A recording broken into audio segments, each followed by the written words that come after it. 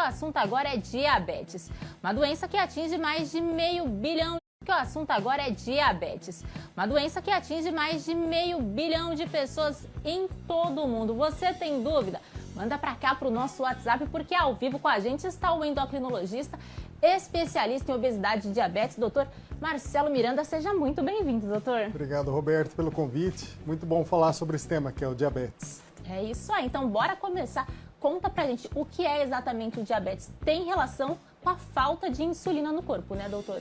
Diabetes pode acontecer por dois motivos. O primeiro é a falta de insulina e o segundo é o que a gente chama de resistência à insulina. Quando os órgãos do nosso organismo não respondem mais à insulina, obrigando o pâncreas a produzir muito mais insulina do que seria o normal. Mas nem sempre isso é suficiente. Então, qual é o papel da insulina? Controlar os níveis de açúcar no sangue para que esse açúcar se transforme em energia dentro dos órgãos. Se o papel da insulina não é suficiente, os órgãos vão sofrer a falta de energia, enquanto o excesso de açúcar se acumula no sangue. E esse excesso de açúcar vai acabar afetando o organismo como um todo, causando complicações. Esses dois tipos, né, que o senhor comentou, duas formas diferentes de se manifestar, é caracterizado também na questão, quando a gente fala dos principais tipos de diabetes, tem diabetes tipo 1 e tipo 2. É aí que se diferencia ou não? Isso é uma classificação importante. Tem o diabetes do tipo 1, que afeta principalmente crianças e adolescentes e até alguns adultos jovens, em que há uma deficiência completa da insulina. Então, não há necessidade de uma resistência à insulina para causar a doença, é a deficiência da insulina. E o diabetes do tipo 2, que é o mais comum, mais característico da vida adulta e muito associado à obesidade, ao sedentarismo, e que vai ter a resistência à insulina como seu principal papel e uma relativa falta de insulina para compensar essa resistência. Doutor, o senhor comentou aí, né, a questão da obesidade. Eu queria que o senhor contasse para a gente qual que é a relação dela com o diabetes. A obesidade é uma das bases da doença. A obesidade é um dos principais fatores de risco para a pessoa desenvolver o diabetes. Então, normalmente a pessoa tem alguma predisposição genética, então uma herança familiar que predispõe à doença. Mas quanto maior o grau de obesidade, maior a chance desse diabetes se manifestar naquele indivíduo. Então, um dos tratamentos para o diabetes é justamente o controle do peso corporal, além da atividade física. Então tá ligado assim diretamente, né, no caso. Tanto é que a obesidade aumentou muito no mundo todo, principalmente a partir da década de 70. E o diabetes, então, começou a ficar muito mais frequente em função desse aumento da obesidade no mundo todo. A obesidade, então, é fato, é um fator de risco. Quais outros fatores de risco que existem, doutor? Então, além da obesidade e da predisposição genética, o sedentarismo é um dos principais fatores para o desenvolvimento de diabetes. Então, uma pessoa que tem uma vida bastante ativa e tem uma boa massa muscular, ela tem uma proteção contra o desenvolvimento de diabetes. Uau! A alimentação também interfere no sentido de que, se você consumir excesso de açúcar ao longo da vida, principalmente bebidas açucaradas, como refrigerante, suco de caixinha, você tem uma maior tendência de acumular gordura no fígado. E o acúmulo de gordura no fígado, mesmo uma pessoa que não tenha um grau acentuado de obesidade, vai também predispor ao desenvolvimento de diabetes. Então, o que as pessoas conhecem como fígado gorduroso ou esteatose hepática é algo cada vez mais comum e um fator de risco para desenvolver o diabetes. Quando a gente fala, né, dos fumantes, eles estão aí nessas pessoas de risco ou não? Não tem relação fumar, né? O tabagismo, né, ele vai causar uma intoxicação no pâncreas, vai prejudicar a produção de insulina. Mas o pior é quando você combina uma pessoa que tem diabetes e fuma, porque as duas doenças vão causar uma destruição dos vasos sanguíneos, principalmente nas artérias, provocando o que a gente chama de aterosclerose, que é a obstrução dos vasos que conduzem o sangue oxigenado para os órgãos, podendo causar infarto, derrame cerebral, deficiência de circulação nas pernas e o risco de amputação dos pés. Caramba, então pode trazer outras doenças mais sérias ainda, né? Não mais sérias, que trazem outros problemas de saúde, é isso? A última coisa que a gente quer é somar tabagismo e diabetes. Certo. A gente falou aí de tabagismo, né? Quando a gente fala do alcoolismo, também tem que passar longe um paciente que já tem aí essa predisposição para o diabetes? O principal problema do álcool é o excesso de calorias, que vai predispor ao ganho de peso, né, que por sua vez vai levar ao diabetes. Além disso, o álcool provoca o aumento da gordura no fígado, que eu já falei. Então, a gordura no fígado pode estar causada tanto pelo excesso de gorduras e açúcares, como também pelo excesso de álcool. Então, uma pessoa com esse fígado gorduroso causado pelo álcool vai ter um forte risco de desenvolver diabetes. Caramba, olha só. Vamos acompanhar agora aqui com a participação do público. A Joana de Atibaia está perguntando: minha mãe tem diabetes, a chance de eu desenvolver a doença é maior, doutor? Exatamente. Quando a pessoa tem uma história familiar de diabetes, principalmente um parente de primeiro grau, pai, mãe, irmão, né, ela tem um grande risco de desenvolver a doença ao longo da vida. Geralmente por volta dos 40 anos ou mais, mas cada vez mais comum que as pessoas desenvolvam diabetes mais cedo, porque já estão crescendo com obesidade. Então, o diabetes do tipo 2, que está relacionado ao adulto, hoje começa a aparecer em adolescentes que estão com um grau extremo de obesidade, coisa que antes não existia. Certo, o senhor comentou aí sobre a questão, né, de primeiro grau, parentesco de primeiro grau. De segundo, terceiro, também aumentam as chances ou aí já pode ficar um pouquinho mais tranquilo? Tem uma predisposição também um pouco mais diluída, né? Então a gente leva em conta o principal risco é o parente de primeiro grau, mas ter avós ou tios com diabetes na família também tem algum grau de risco. Doutor, quando que é considerado a pessoa que ela já está com diabetes e quando é pré-diabetes? Como que a gente consegue saber? Importante a gente lembrar que a maior parte dos casos de diabetes não tem sintomas. Então, a gente tem necessidade de fazer os exames de rotina para fazer a prevenção do diabetes.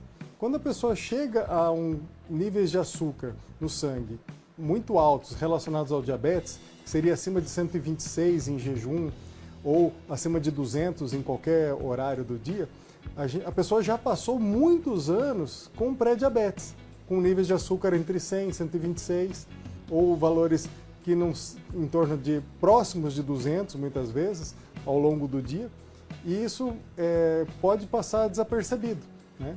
A pessoa, então, em geral, quando tem um diagnóstico de diabetes, ela já passou 5, 10 anos com o metabolismo já prejudicado, e o diabetes é só o ápice, né?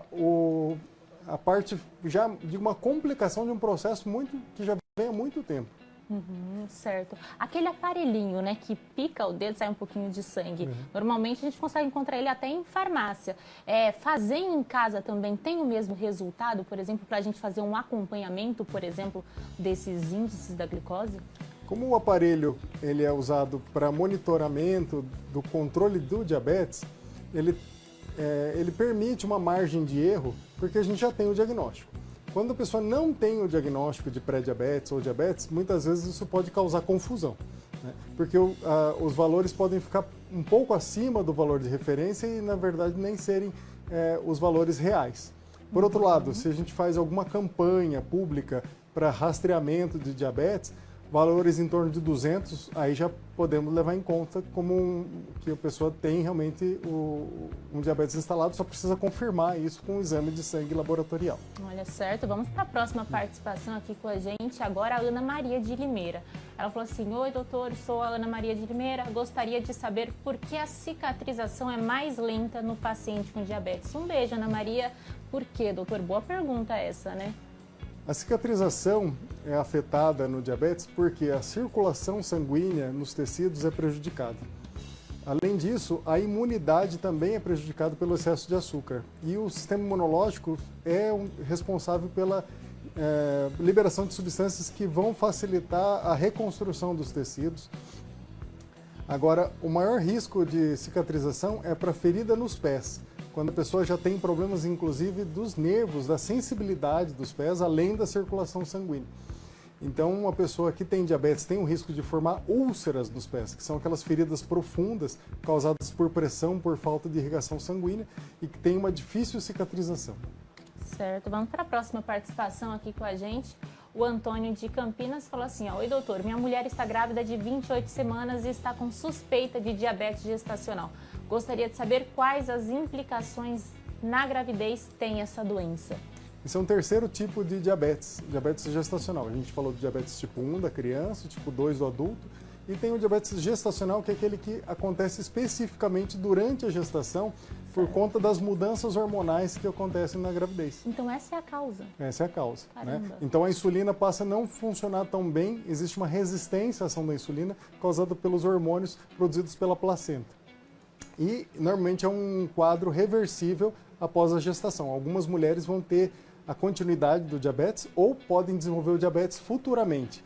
Mas enquanto a mulher está gestante, a gente tem que ter atenção aos níveis de açúcar, porque o excesso de açúcar vai levar a complicações na gravidez. Então pode afetar o bebê, causando malformações, causando um risco de um parto complicado, de um parto prematuro e mesmo até aborto, né? Então é uma condição que exige um cuidado mais próximo quando a gente tem essa suspeita. E existe algum sintoma, assim, ou ele é tão silencioso quanto o normal? Na gestação também é silencioso ou a gente consegue identificar com mais facilidade? O diabetes gestacional normalmente é silencioso, né? Então existe uma recomendação de fazer um rastreamento, né, nos exames pré-natais para identificar pessoas que têm o diabetes para poder intervir o mais rápido possível. Doutor, e quais são as complicações aí para quem não cuida, né, no caso da doença, por exemplo? Eu estava lendo que pode chegar até a perda de visão, por exemplo. Isso pode acontecer e é muito comum, né? Isso, existe um medo muito grande das pessoas de perderem a visão ou de terem que entrar em hemodiálise por conta da perda da função dos rins, né? Existe também uma preocupação com amputação, que eu já falei, é pior ainda quando a pessoa é fumante, mas não obrigatoriamente precisa ter o tabagismo. Uma pessoa com diabetes pode sofrer amputação dos pés por infecções nos pés ou por falta da circulação sanguínea. E a principal causa de morte e de complicações no diabetes é a doença do coração. Isso nem sempre é lembrado. Então, o infarto do miocárdio, ou seja, o ataque cardíaco, é a causa mais comum de morte em quem tem diabetes. O AVC, o derrame cerebral, né, o acidente vascular cerebral, também é bastante comum, né, em quem tem diabetes com o passar dos anos. Então, normalmente essas complicações começam a surgir a partir de 5, 10 anos de evolução da doença. E se a pessoa tiver também hipertensão, né, uma pressão alta, um colesterol mal controlado, o próprio tabagismo, ela vai aumentando os fatores de risco para desenvolver essas complicações circulatórias e complicações do coração. Caramba, então essas doenças estão basicamente relacionadas aí, acabam uma trazendo a outra. A gente pode dizer que assim, o diabetes é, em essência, uma doença que afeta o coração e a circulação sanguínea. Certo, olha, doutor, para a gente finalizar aqui, vale reforçar, né, que bons padrões aí alimentares e também os exercícios físicos são fundamentais, mesmo para quem não, tanto para quem não tem, né, no caso, o diabetes, quanto para quem já tem o diagnóstico. Exatamente. Então, a gente pode utilizar o controle do peso corporal, tá? A gente deve evitar a obesidade e, havendo excesso de peso, buscar uma redução desse peso, principalmente da gordura no abdômen, que é o principal fator de risco. A gente deve buscar a atividade física bastante regular, no mínimo 150 minutos de uma atividade física ao longo da semana, né? E a gente deve também buscar uma alimentação mais equilibrada. O que mais a gente recomenda é uma alimentação rica em vegetais, principalmente hortaliças, frutas com moderação, né? Uma dieta rica em fibras é um dos principais fatores para proteger quem tem diabetes e para evitar o seu desenvolvimento. É isso aí, dicas importantes. Obrigada pela participação, doutor. Foi um prazer te receber aqui hoje. Prazer foi meu, então estou sempre à disposição para novos convites, se precisar, às tuas ordens. Obrigado, Roberto. Com certeza, obrigada.